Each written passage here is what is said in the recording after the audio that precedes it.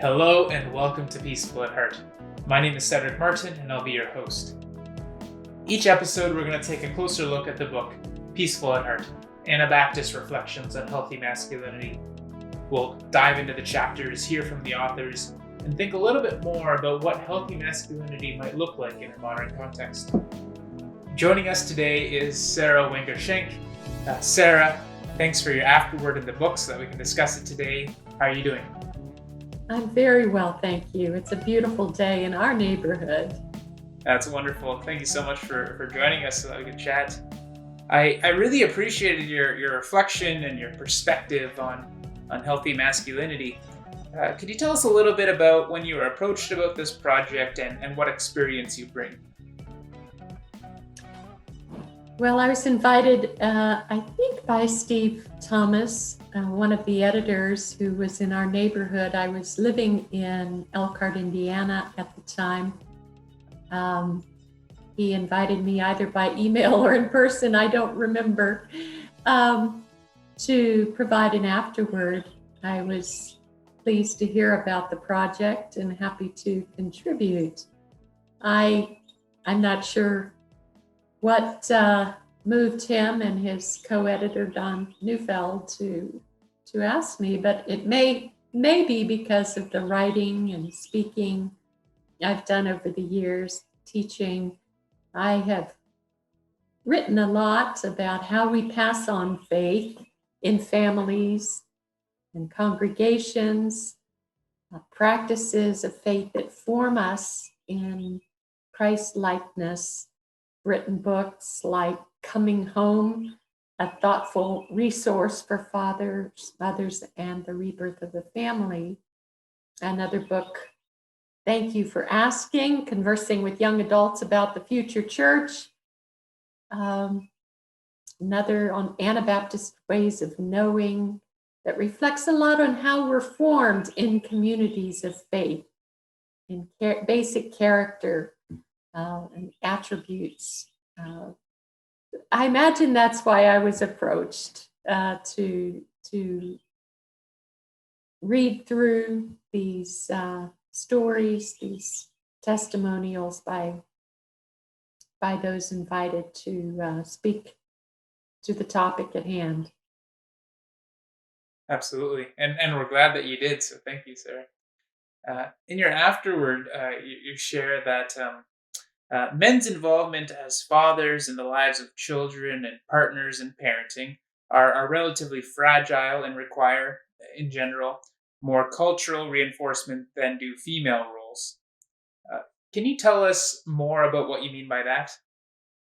Well, that's an interesting question. There are many influences that form us, that shape us, two of which are culture and our basic biology. Culture is a human construct we have over the generations as human beings, shaped culture that in ways that have to do with basic things. How do we feed each other? How are we sheltered? How are we protected from the elements? How do we learn to treat each other? How do we make sense of life? The meaning of our existence. We shape culture in ways that help us to survive and thrive. But we're also given a biology, a particular physical makeup that comes in embodied ways. And when we look at the ways we are biologically formed, there are three areas that are interesting. One is that a child requires both a father and a mother, a man and a woman, to come together, and you have a man involved, a woman involved. The woman's body then grows the child, but you don't really know who she had sex with, who inseminated that particular fetus. And so a man, she could have multiple partners. The connection between who the father is of that child and who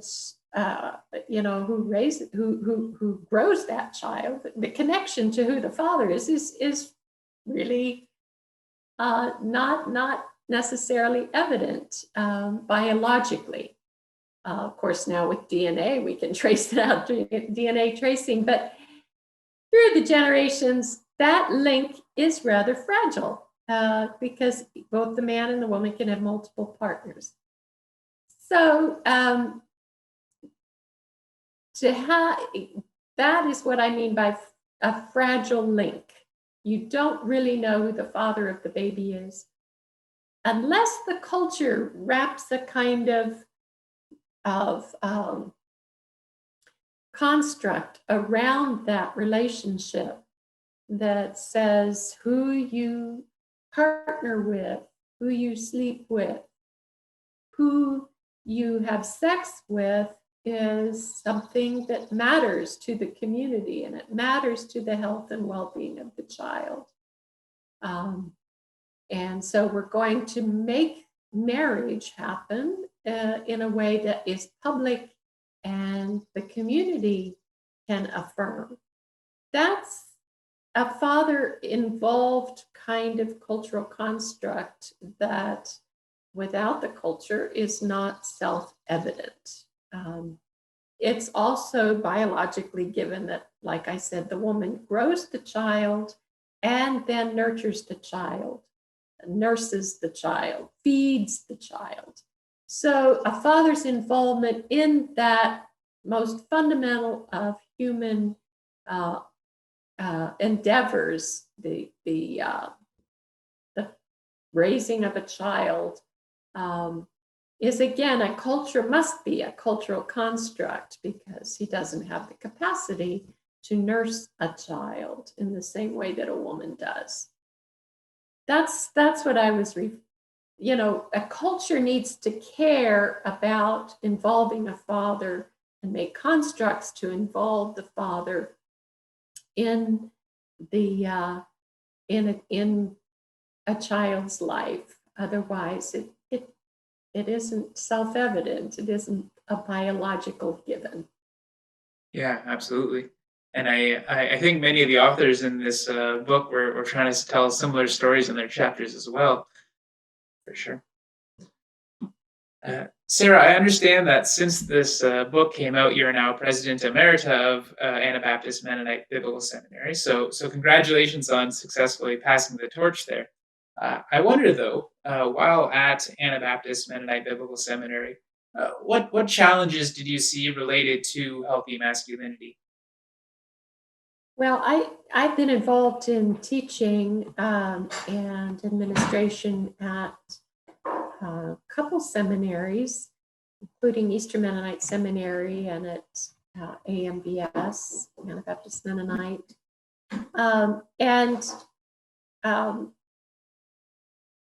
Much was directly involved often with students in circles of formation where we talk about our history, the ways in which we were shaped growing up. We, as a seminary, are involved in leadership formation, preparing people to be pastors.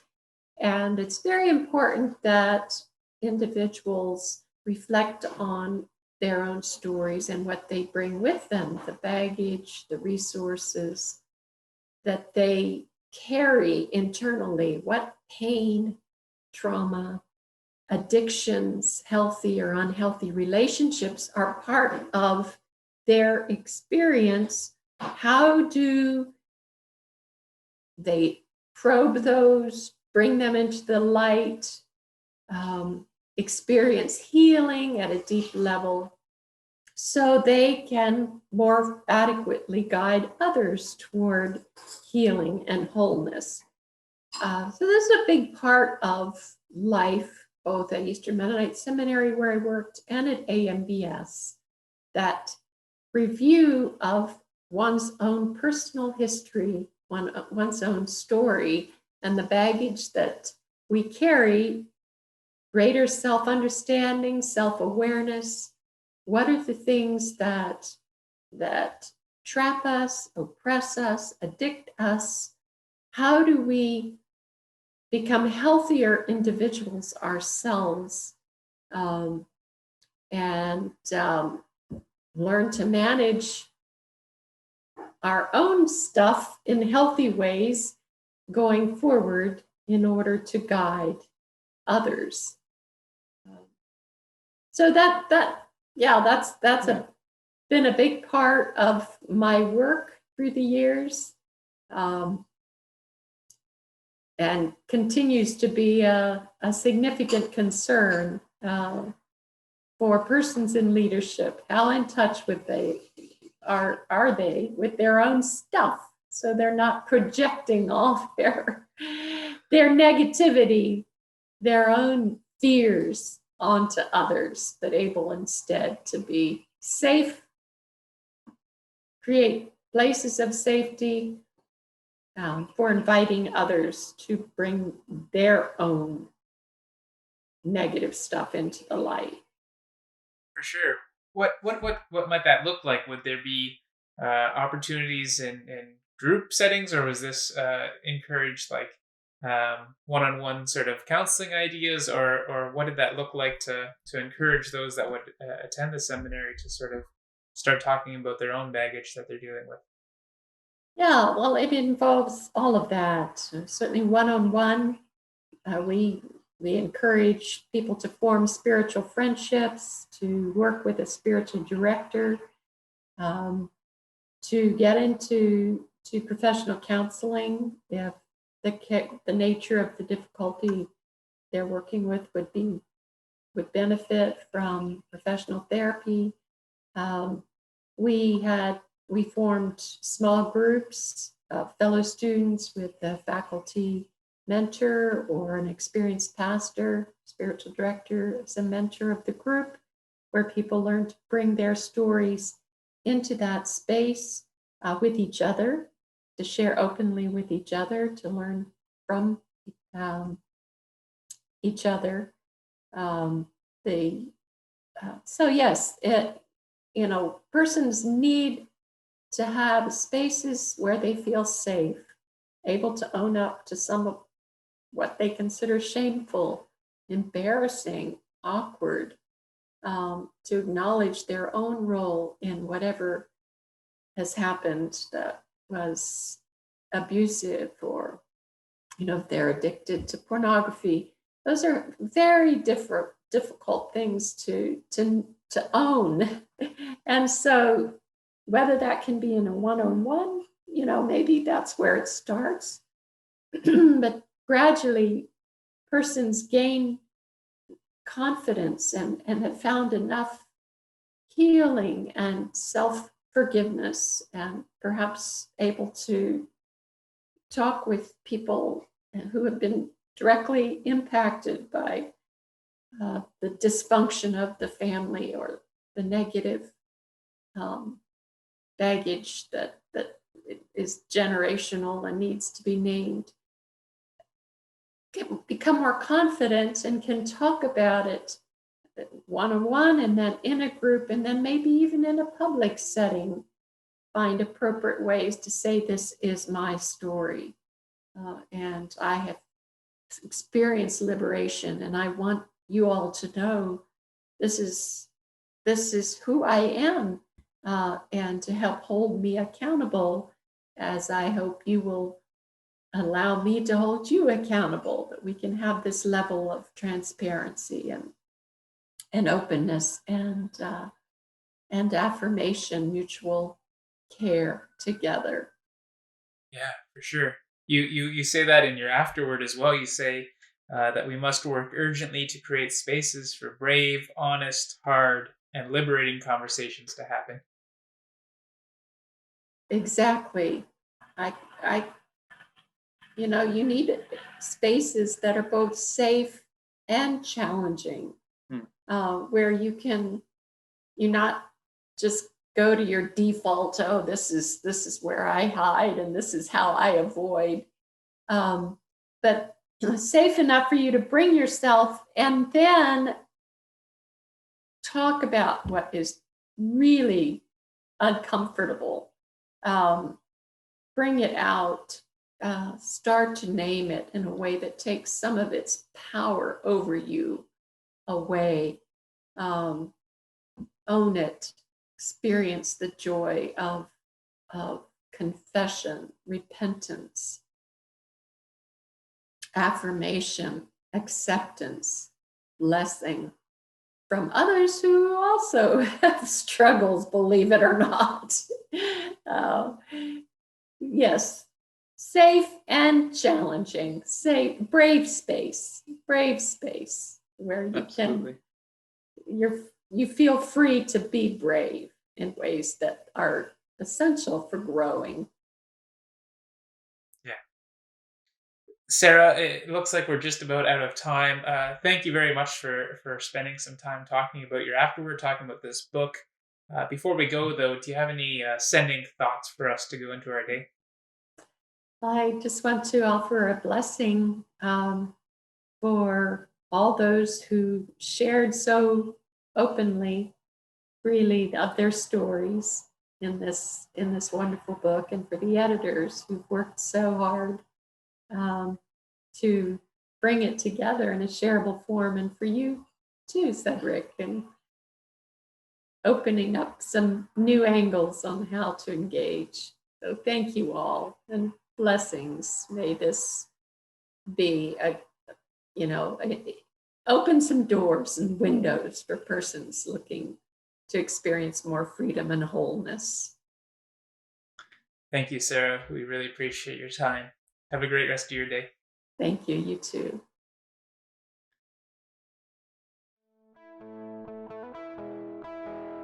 Peaceful at Heart was recorded in the city of Toronto, the land covered by Treaty 13 with the Mississaugas of the Credit. This is the Dish with One Spoon territory. The Dish with One Spoon is a treaty between the Anishinaabe, Mississaugas, and Haudenosaunee that bound them to share the territory and protect the land. Subsequent Indigenous nations and peoples, Europeans, and all newcomers have been invited into this treaty in the spirit of peace, friendship, and respect. We all eat out of the dish, and all of us that share this territory with one spoon. We want to acknowledge the ancestral lands and waterways of the Mississaugas of the Credit, the Anishinaabe, the Chippewa, the Seneca, the Haudenosaunee, and the Wendat peoples. Toronto is now home to many diverse First Nations, Inuit, and Métis peoples. We wish to thank them and any other nations who cared for this land. Colonization is a continuing form of oppression, so it is important that we acknowledge the lands and digital spaces that we are holding and taking up. We remember the acknowledged and unacknowledged, recorded and unrecorded, past, present, and future. We are all treaty people.